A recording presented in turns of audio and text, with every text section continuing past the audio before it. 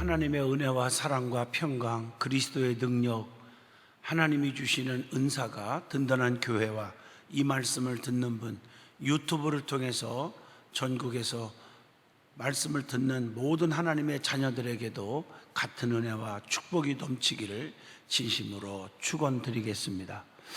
오늘은 신명기 6장 1절로 3절을 통해서 하나님께서 말씀을 주신 이유 하는 제목으로 은혜를 나누고자 합니다. 하나님 말씀에 보면 하나님은 영이시니 예배하는 자가 영과 진리로 예배할지니라 라고 말씀합니다. 하나님은 영이라고 하는 말은 보이지는 않습니다. 그러나 그분은 분명히 살아 계시고 여기도 계십니다. 그런 뜻입니다. 그래서 하나님은 말씀을 통해서 자기 자신을 계시해 주고 있다는 사실을 아셔야 됩니다. 그렇기 때문에 하나님께서는 말씀을 통해서 내가 믿는 하나님이 누구인지, 그분을 믿으면 어떻게 되는지, 그분이 또 기뻐하시는 것이 무엇인지, 어떻게 살아야 하나님을 기쁘시게 하고 또 하나님으로부터 오는 축복을 받을 수 있는지를 말씀을 통해서 가르쳐 주고 있다는 것입니다. 그러므로 성도는 하나님의 말씀을 잘 이해하고 그 말씀을 딱 붙잡고 믿음 생활을 해야 되는 것입니다. 그래야 하나님의 은혜와 축복을, 하나님이 주시는 그 기적을 받게 된다는 것이죠. 오늘 본문 말씀을 통해서 하나님께서 말씀을 주신 이유라는 제목으로 말씀을 전하고자 할 때 저와 여러분이 큰 은혜 받고 깨닫고 변화받고 하나님의 은총을 받는 귀한 복된 예배가 또 시간이 되시기를 바랍니다. 제일 먼저 하나님의 말씀에 대한 올바른 지식을 갖고 살아야 된다고 하는 것입니다. 자, 그러면 하나님의 말씀이 무엇입니까? 하나님의 말씀은 가장 중요한 것은 영생의 말씀입니다.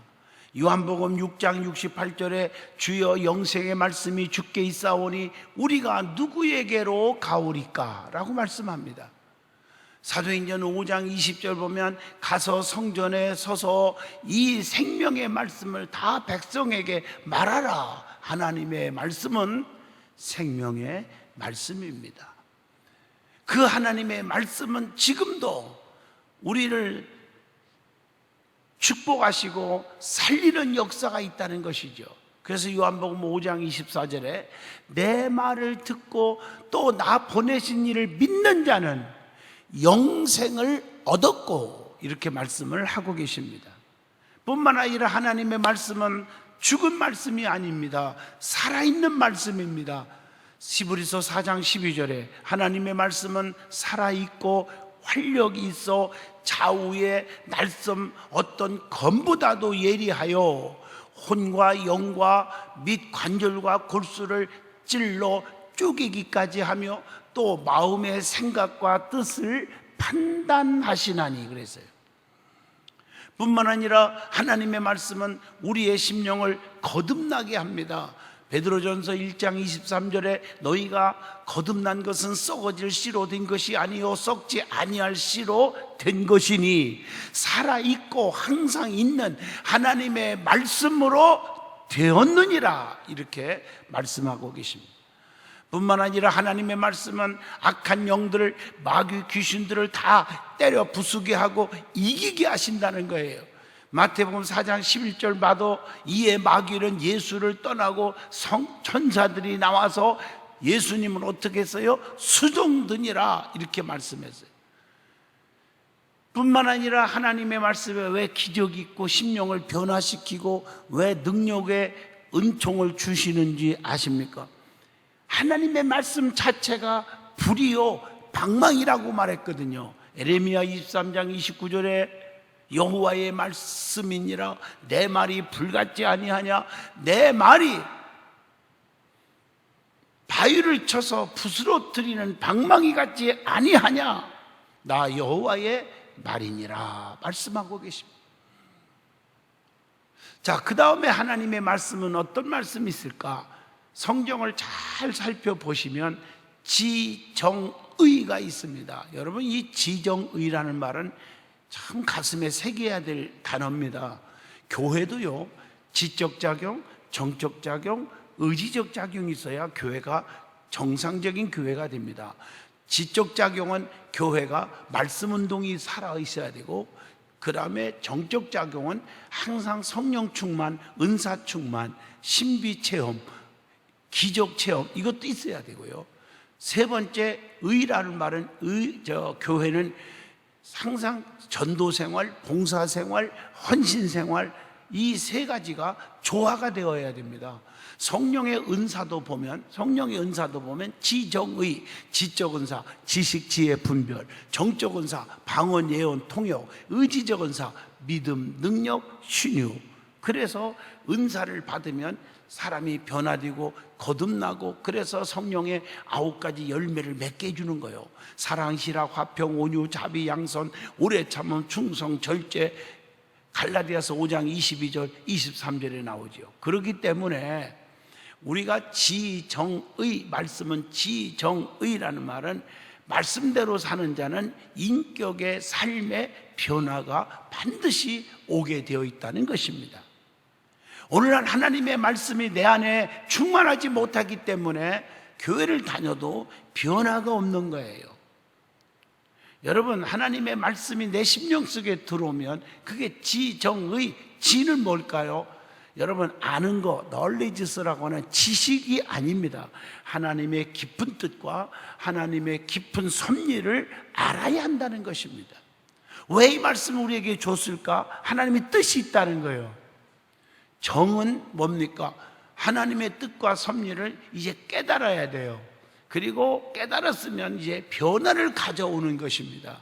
깨달음이 없이 변화가 올 수가 없죠. 그 다음에 의는 뭘까요? 결단하며 실천하는 것입니다. 말씀을 아무리 듣고 읽어도 결단과 실천이 없으면 아무런 의미도 가치도 소용이 없는 것입니다. 그래서 사람의 육체로 표현한다고 하면은 세 가지죠. 머리가 있고 또 가슴이 있고 다리가 있잖아요. 그래서 머리는 지, 가슴은 정, 다리는 의, 이렇게 표현할 수도 있겠죠. 다시 말하면 머리만 크면 골칫병자가 되는 거예요. 머리가 지식으로만 막 따지고 계산하고 이러면 안 되죠. 또 정, 이 정만 크면 이단과 지나친 신비주의에 빠질 우려가 많다는 거죠. 의, 이것만 크면 행위만을 자꾸 강조하게 되어서 복음이 왜곡되는 경우가 너무나 많습니다. 그렇기 때문에 몸은 균형을 이루어야 돼요.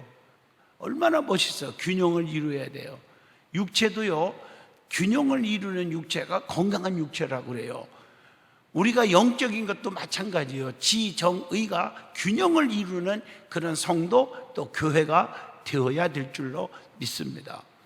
자, 그러면 하나님의 말씀을 바르게 대하는 자세가 필요합니다. 성경에 분명히 데살로니가전서 2장 13절에 보면 하나님의 말씀을 받을 때에 사람의 말로 받지 아니하고 하나님의 말씀으로 받음이니 진실로 그러하도다. 이 말씀이 또한 너희 믿는 자 가운데에서 역사하시느니라. 얼마나 우리에게 주는 교훈이 감동적입니까? 그러면 하나님의 말씀을 어떤 마음으로 대해야 하냐는 것입니다. 자, 성경에 보면 사도행전 17장 11절에 보면 사모하는 마음, 간절한 마음으로 대해야 한다고 했습니다. 또 그래서 베드로전서 2장 2절에 갓난 아이들 같이 순전하고 신령한 젖을 사모하라, 이렇게 말씀했어요. 이는 그로 말미암아 너희로 구원에 이르도록 자라게 하려 함이라. 또 마태복음 5장 6절 보면 의에 줄이고 목마른 자는 복이 있나니 그들이 배부름을 받을 것이요, 그렇게 말했어요. 그래서 말씀을 사모하는 것은 축복인 것입니다. 사도행전 8장 31절에 보면 지도해 주는 사람이 없으니 어찌 깨달을 수 있느냐 하고 빌립을 청하여 수레에 올라 같이 앉으라 하니라 하는 말씀이 있잖아요. 그리고 신뢰하는 마음으로 하나님 말씀을 확신 있게 대해야 한다는 것입니다. 데살로니가전서 2장 13절에 보면 하나님의 말씀을 받을 때에 사람의 말로 받지 아니하고 하나님의 말씀으로 받음이니 이렇게 말했어요. 또 누가복음 5장 5절에 보면 선생님 우리들이 밤이 새도록 수고하였으되 잡은 것이 없지만, 이 말은 내 생각, 내 의지, 내 지식으로 다 해봐도 안 되지만 실패했지만 이 말이죠. 말씀에 의지하여 내가 그물을 내리이다. 그래서 기적이 일어났잖아요. 우리는 말씀을 의지하고 살아야 돼요. 그리고 말씀을 듣는 자는 어떻게 됩니까? 요한복음 5장 24절에 내 말을 듣고 또 나 보내신 이를 믿는 자는 영생을 얻었고 심판에 이르지 아니하나니 사망에서 생명으로 옮겨졌느니라. 그리고 하나님 말씀은 기다리는 마음과 실제적 말씀으로 받아야 한다는 것입니다. 하나님의 말씀은 어떤 말씀입니까? 날섬 검보다도 아주 예리합니다. 여러분 성경 말씀과 검을 한번 보십시오. 시브리서 4장 12절에 이렇게 말씀했죠. 하나님 말씀은 살아있고 활력이 있어 좌우의 날섬 어떤 검보다도 예리하여 혼과 영과 관절 골수를 쪼개기까지 하며 마음과 생각의 뜻을 판단하시나니 그랬단 말이에요. 그래서 하나님의 말씀은 능력 있는 거예요. 기적이 따르는 거예요. 그래서 말씀은 능하지 못하심이 없다고 했어요. 누가복음 1장 37절에 대저 하나님의 모든 말씀은 능하지 못하심이 없느니라 이렇게 말씀하고 계세요. 그러니까 그 말씀이 우리 심령 속에 떨어질 때 우리의 심령을 변화도 시켜주고 축복도 받고 성령 충만도 받게 하지만 더러운 것들 귀신은 다 쫓아나는 거예요. 마태복음 8장에 보면 16절에 예수께 오거늘 예수께서 말씀으로 귀신들을 쫓아내시고 병든 자들을 다 고치시니 말씀으로 고치셨다고 그랬어요. 그렇게 말씀으로 질병을 치료하는 거지요. 마태복음 15장 25절에 예수께서 대답하여 이르시되 여자여 네 믿음이 크도다 네 소원대로 되리라 하시니 그때부터 그의 딸이 나으니라. 주님의 말씀 한마디에 귀신 들려서 발작하는 그 정말 불쌍한 딸이 온전해진 거예요. 대단한 게 말씀입니다. 주님의 말씀을 가볍게 여기서는 안 되죠. 그 말씀으로 죽은 자도 살려냈어요. 요한복음 11장 44절에 여러분 잘 아시는 대로 나사로 얘기죠. 죽은 자가 수족을 배로 동인 채로 나오는데 그 얼굴은 수건에 쌓였더라. 예수께서 이르시되 풀어 놓아 다니게 하라 하시니라. 말씀 한 대로 다 이루어져 버리는 거예요. 그래서 말씀은 하나님의 능력입니다. 누가복음 1장 37절에 대저 하나님의 모든 말씀은 능하지 못하심이 없느니라. 하나님의 말씀을 어떻게 대해야 역사가 일어날 수 있을까 하는 말씀을 드리고자 합니다. 잠언서 4장 20절에 보면 하나님의 말씀에 귀를 기울이라고 그랬어요. 내 아들아 내 말에 주의하며 나의 이르는 것에 네 귀를 기울이라. 잠언서 4장 21절 보면 그것을 내 눈에서 떠나지 말게 하며 내 마음속에 지키라 이렇게 말씀하고 있어요. 눈으로 항상 하나님을 앙망하면 그물에서 벗어나게 하신다. 시편 25편 15절에 그렇게 말씀하고 계십니다. 그렇기 때문에 잠언서 4장 21절에 그것을 내 눈에서 떠나지 말라고 한 거예요. 내 마음속에서 말씀을 지키라고 했습니다. 지키라고. 그래서 그 말씀을 마음판에 새기라고 잠언서 3장 3절에 말씀하고 계십니다. 자, 그러면 오늘 본문 1절로 3절을 통해서 하나님께서 말씀을 주신 이유가 있다는 거죠. 그 이유가 뭐냔 말이에요. 첫째, 하나님의 명령과 규례와 법도를 가르치게 하기 위해서 말씀을 주셨다는 거예요. 여러분 한번 본문 1절을 보십시오. 이는 곧 너희의 하나님 여호와께서 너희에게 가르치라고 명하신 명령과 규례와 법도라. 너희가 건너가서 차지할 땅에서 행할 것이니 라고 말씀하고 계십니다. 우리는 하나님께서 모세를 통해서 이스라엘 백성에게 주신 십계명이 있죠. 두 돌판이 이렇게 만들어졌죠. 모세가 시내산에서 기도하고 받은 말씀이죠. 그 십계명을 통해서 우리가 하나님의 명령과 규례와 법도를 지킴으로 저주받지 않고 축복의 삶을 사는 것을 원하시는 하나님의 마음을 알 수가 있는 것입니다. 여러분, 십계명을 이렇게 잘 분석을 해보면 4계명과 5계명은 하라라는 계명이고요, 나머지 8가지 1, 2, 3, 6, 7, 8, 9, 10 이 계명은 하지 말라 이렇게 돼 있어요. 그러니까 하라는 건 하고 하지 말라는 건 안 하는 거, 그게 계명을 지키는 거고, 그 계명을 지키는 자가 나를 사랑하는 자니라. 나를 사랑하는 자는 계명을 지키는 것을 보고 알 수 있다고 그랬어요. 그러니까 축복받은 일은 하고 저주받은 일은 하지 마라. 내가 기뻐하는 일은 하고 내가 기뻐하지 않는 일은 하지 말라라고 말씀하고 있는 것입니다. 또 십계명을 잘 분석해 보면 하나님을 사랑하라, 이거 천륜계명이라고 그래요. 1계명부터 4계명. 이웃을 사랑하라, 이거 일륜계명이라고 그러죠. 5계명부터 10계명, 이렇게 둘로 나눠줄 수가 있겠죠. 어떻든 간에 하나님께서 주신 계명, 십계명은 왜 주셨느냐? 성도를 이 계명을 통해서 보호하시고 인도하시고 지켜주시기 위해서 주시는 계명입니다. 여러분, 대한민국 헌법이 있습니다. 왜 법이 있습니까? 이 법 때문에 우리가 제재받고 괴롭고 힘듭니까? 이 법이 오히려 우리를 생명을 지키고 우리의 인격을 지켜주고 우리의 삶을 지켜주는 거예요. 그리고 하나님의 계명을 지켜야 돼요. 그 계명을 지키라고 우리에게 말씀으로 강조하고 있지 않습니까? 자, 두 번째, 하나님을 경외하기 위해서 말씀을 주셨다는 것입니다.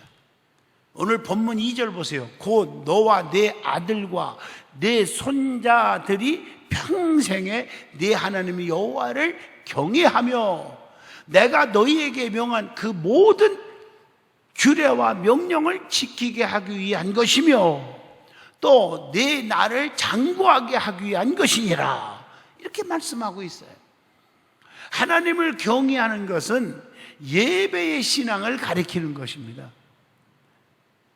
그래서 하나님은 예배를 통해서 우리를 만나주시고 예배를 통해서 축복을 하시는 거예요. 로마서 12장 1절 보면 형제들아, 내가 하나님의 모든 자비하심으로 너희를 권하노니 너희의 몸을 하나님이 기뻐하시는 거룩한 산 제물로 드리라. 이는 너희가 드릴 영적 예배니라. 예배에는 반드시 4가지 요소가 있어야 돼요. 예배다운 예배는 하나님은 예배를 통해서 만나주시고 예배를 통해서 축복을 해주시는 것이기 때문에 말씀, 기도, 찬송, 그리고 예물입니다. 오늘 이 4가지를 하나라도 가볍게 여겨서는 안 됩니다. 신령과 진정의 예배를 드려야 돼요. 말씀 듣는 자세도 너무 중요하고 기도하는 자세, 찬송하는 자세, 또 우리가 예물 드리는 자세 다 중요합니다. 그래서 영과 진리의 예배를 드려야 한다는 거예요. 요한복음 4장 23절로 24절에 보면 아버지께서는 자기에게 이렇게 예배하는 자들을 찾으시니라. 하나님은 영이시니 예배하는 자가 영과 진리로 예배할지니라, 이렇게 말씀하고 계십니다. 그러므로 하나님께서 말씀을 주신 목적 중에 가장 중요한 것은 진정한 예배를 드리라고 하는 것입니다. 그렇기 때문에 예배가 너무 중요하죠. 예배는 하나님을 만나는 시간이거든요. 여러분, 사랑하는 사이는 어떤 걸 보고 사랑하는 사이인지를 증명하냐, 여러 가지가 있겠지만 보면 또 보고 싶고 또 보면 또 보고 싶고 계속 보고 싶은 거예요. 그게 사랑입니다. 그래서 영원히 같이 보고 살자, 그래서 결혼을 하는 거고. 왜 헤어집니까? 보면 지겹고 또 보면 더 지겹고 죽고 싶고, 그래서 헤어지는 거고. 제가 분석을 해보니까 그런 것 같더라고요. 사랑하는 성도 여러분, 우리가 하나님을 사랑한다 입술로만 하지 마시고, 사랑하는 사람은 주님을 만나고 싶어 하는 거 아니에요? 늘 자네께나 주님 생각에 꽉 있어야 되잖아요. 그게 뭐예요? 예배를 통해서 나타나는 거예요. 그래서 예배 드리는 바른 자세가 있어요.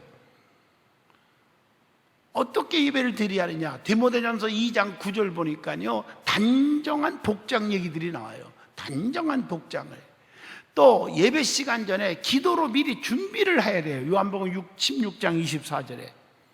또 누가복음 10장 39절 보면 항상 앞자리를 찾아가는 거예요. 그냥 예수님 곁에 딱 붙어가지고 쏘곤쏘곤하고 말씀을 듣는 마리아의 모습을 생각해야 됩니다.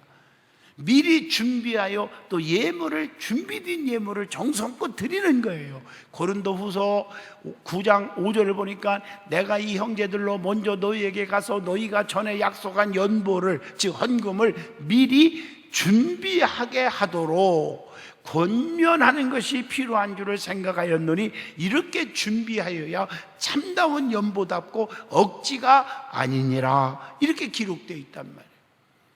또 예배 드리는 바른 자세, 졸지 않고 사모하며 하나님 말씀으로 아멘 하는 자세입니다. 사도행전 20장 9절 보면 유두고가 이 창에 떨어져 걸쳐 앉아서 졸고 있다가 죽었잖아요.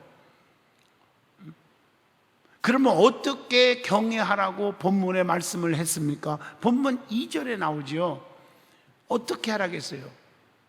너와 내 아들과 내 손자들이 평생에 하나님을 경외하라고 했습니다.